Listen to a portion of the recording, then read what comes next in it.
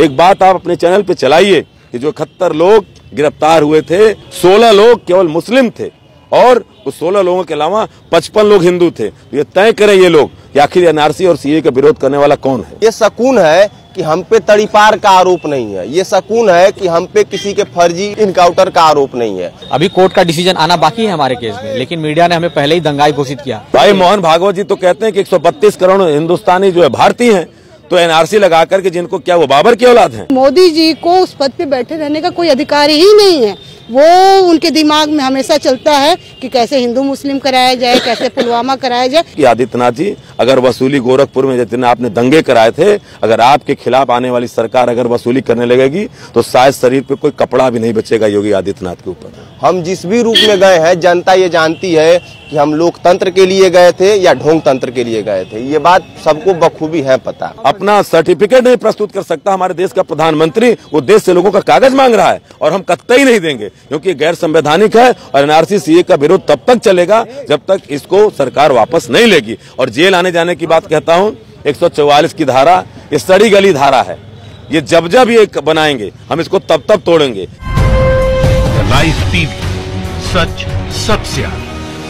मैं हूं ब्रिजेंद्र यादव, उपस्थित होता लाइव टीवी के लिए। एनआरसी, कैब, सीए और एनपीए के मुद्दे पर जो लोग जेल गए थे, जेल से छूटकर आए हैं, फिर वापस खड़े हो गए हैं कि बात करेंगे देश के मुद्दे पर। देखिए, एक दंगाई दूसरे को दंगाई ही बताता है अगर वो शांतिपूर्ण देश हित में, राष्ट्र हित में, संविधान हित में कोई बात करता है। योगी जी से और उनके कौम के लोगों से, कौम के लोगों मतलब आरएसएस के लोगों से पूछना चाहता हूं, जिनका राष्ट्र बनने के पहले, आजादी के पहले रंच मात्र का योगदान नहीं था, जो अंग्रेजों को चिट्ठी लिख करके माफी मांगा करते थे, जो 1942 में कहे कि हम जब राष्ट्रपिता महात्मा गांधी खड़े तो कहा कि आंदोलन जो आरएसएस का नहीं है। ऐसे तमाम उदाहरण हैं।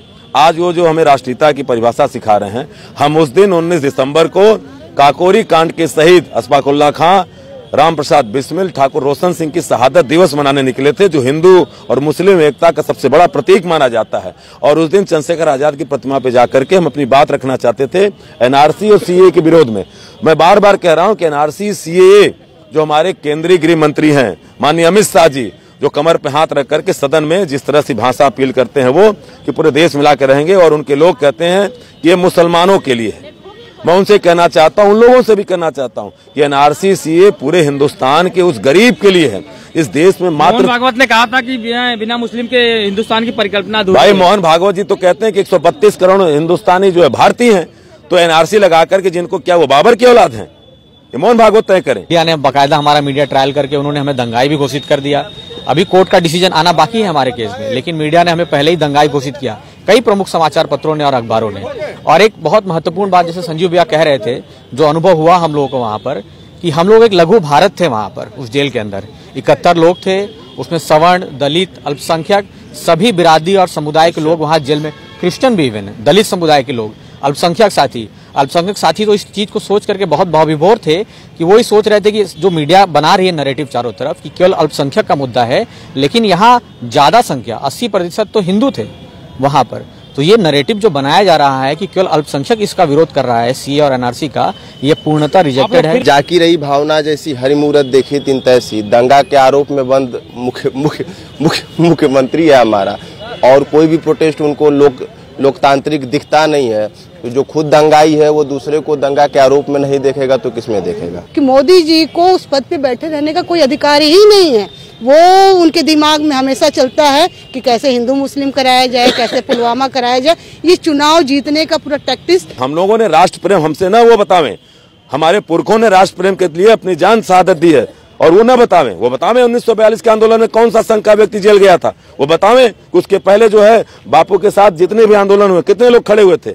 जो इसका संरक्षक जो सीधे लिख करके हेडगवार से लेकर के सावरकर तक जिसको वो वीर कहते हैं, वो वीर नहीं मानते, जो चिट्ठियां लिख करके माफी मांगता है, वो लोग हमें राष्ट्र प्रेम सिखाएंगे। और हमारे जितने क्रांतिकारी साथी हैं, एक बात आप अपने चैनल पे चलाइए कि जो 71 लोग गिरफ्तार हुए थे उसमें 80% हिंदू थे, 16 लोग केवल मुस्लिम थे, और उस 16 लोगों के अलावा 55 लोग हिंदू थे। तो ये तय करें ये लोग कि आखिर एनआरसी और सीए का विरोध करने वाला कौन है। ये हमारे संविधान को बचाने की यात्रा है, हमारा नारा ही यह था कि संविधान बचाने निकले हैं, आओ हमारे साथ चलो। जब तक ये नारा हम कंप्लीट नहीं करेंगे, सरकार जब तक बैकफुट पर नहीं जाएगी, तब तक हम अपना आंदोलन लगातार चलाते रहेंगे। यही हमारा आर्टिकल 91A के तहत हमें भी अपने अभिव्यक्ति की आजादी है, हम अपनी अभिव्यक्ति रख सकते हैं। तो इसलिए जो गैर संवैधानिक लोग हैं, संवैधानिक पदों पर बैठ करके संविधान के साथ जो मजाक कर रहे हैं, हम वो होने नहीं देंगे। और आदित्यनाथ जी से भी कहना चाहता हूँ, योगी आदित्यनाथ जी से बखूबी कहना चाहता हूँ कि दंगा आज पहली बार नहीं हुआ है। गलत लोगों को फंसा करके कह रहे हैं कि हम बदला लेंगे, ये तो मुख्यमंत्री की भाषा है। जो गुंडा बोलता है गली छाप, और कह रहे हैं कि हम उनसे वसूली करेंगे। उनसे कहना चाहता हूं कि आदित्यनाथ जी, अगर वसूली गोरखपुर में जितने आपने दंगे कराए थे, अगर आपके खिलाफ आने वाली सरकार अगर वसूली करने लगेगी तो शायद शरीर पे कोई कपड़ा भी नहीं बचेगा योगी आदित्यनाथ के ऊपर। इसलिए कहना चाहता हूं कि इस नफरत की राजनीति को बंद करें। और मैं बिल्कुल कहना चाहता हूं कि जो पुलिस के लोगों ने भी लोगों की लाठियां मार करके गाड़ी तोड़ी, ऐसी उनकी कारें तोड़ी हैं, उनसे कब पैसा लिया जाएगा? योगी जी किस मिजाज के हैं? योगी, उनकी पूरी पार्टी ही दंगाई है। आप गुजरात से, जहां नरेंद्र मोदी जहां से आए हुए हैं, वहां का इतिहास उठा करके देख लीजिए कि कितने बड़े ये दंगाई आज यहाँ पे बैठे हुए हैं देश के अंदर। तो इनके लिए तो भाई ये शब्द कुछ भी नहीं है। आम जनमानस के लिए दंगाई शब्द जिनके ऊपर आप लगा रहे हैं, आप उनसे जाकर के पूछिए। ये लोग आंदोलनकारी लोग हैं, ये लोग गलत के खिलाफ बोलने वाले लोग हैं। आप इनको दंगाई कह करके इनका अपमान कर रहे हैं, जो यहाँ के लोग, ये आंदोलनकारी लोग, यहाँ की जनता बिल्कुल भी बर्दाश्त नहीं करेगी। हिंदुस्तान में 13% लोगों के पास अपनी जमीन है, 87% लोगों के पास मिट्टी का धूल तक नहीं है। 12 करोड़ लोग हिंदुस्तान में आदिवासी हैं जिनके पास कोई नहीं है। उनका नागा समाज कहाँ जाएगा? हमारा जो ये तमाम ऐसे जो बंजारे हैं वो कहाँ जाएंगे? तो देश के जो 70% लोगों के पास जो कोई कागज नहीं है। और मैं तो आपके चैनल से कहना चाहता हूं कि अमित शाह और नरेंद्र मोदी जी अपनी पिछली 7 पीढ़ियों का लेखा जोखा हिंदुस्तान के सामने रख दें। जो व्यक्ति देश के सामने अपना सर्टिफिकेट नहीं प्रस्तुत कर सकता, हमारे देश का प्रधानमंत्री, वो देश से लोगों का कागज मांग रहा है, और हम कतई नहीं देंगे, क्योंकि ये गैर संवैधानिक है। और एनआरसी सीए का विरोध तब तक चलेगा जब तक इसको सरकार वापस नहीं लेगी। और जेल आने जाने की बात कहता हूं, 144 की धारा ये सड़ी गली धारा है। ये जब ये बनाएंगे हम इसको तब तोड़ेंगे, क्योंकि ये तो जिलाधिकारी जब आता है कह रहा शिवरात्रि तक हम 144 लगा देंगे। 5 से ज्यादा लोग तो उनके पुलिस के लोग एक चौराहे पे खड़े होते हैं। एक परिवार में अगर माँ बाप हैं, 4 बच्चे, 6 लोग, उनको गिरफ्तार कर लो। हमारे साथ कुछ ऐसे लोग बंद थे जिनको देख के ये भरोसा था कि यार एक अलग तरीके का जज्बा और जुनून था। जैसे कि आप हमारे साथ एक राम दुलार जी जेल में थे, 74-75 साल उनकी उम्र होगी। वो उनका पहला जेल तब था जब इस देश में इमरजेंसी लगा था। उस इमरजेंसी से लेकर के आज तक वो पढ़ करके जो आप मीडिया के बारे में बता रहे थे, वो बोल रहे थे कि जब हम लोग उस समय के दौर में जेल में गए थे तो यहाँ के हिंदी अखबारों ने, बनारस के हिंदी अखबारों ने उन्हें लोक सेनानी की संज्ञा दी थी। आज के जो अखबार हैं, जब वो 25-26 साल के थे तो लोक सेनानी थे, और जब वो 70-80 साल के हुए तो दंगाई हो गए। आज के अखबार उनको दंगाई कहते हैं। तो वो इंसान कह रहा था कि मुझे तो विश्वास नहीं होता है कि इमरजेंसी तब लगी थी या अब लगा है। इस तरीके के ऐसे तमाम लोग थे जिन्होंने मोरल बूस्टअप किया। हालांकि हम लोग तो पहली बार हमारी यात्रा थी, लेकिन मन में ये ऊर्जा बना। जो राजनाथ पांडे जी थे वो 83 साल की उम्र में जेल थे, तो एक जज्बा ये भी बना कि 83 साल की उम्र तक लोकतंत्र का काम करते हुए जेल आया जा सकता है। तो 19 साल का शाहिद था हमारे बीच में, 20 साल का रोहन था।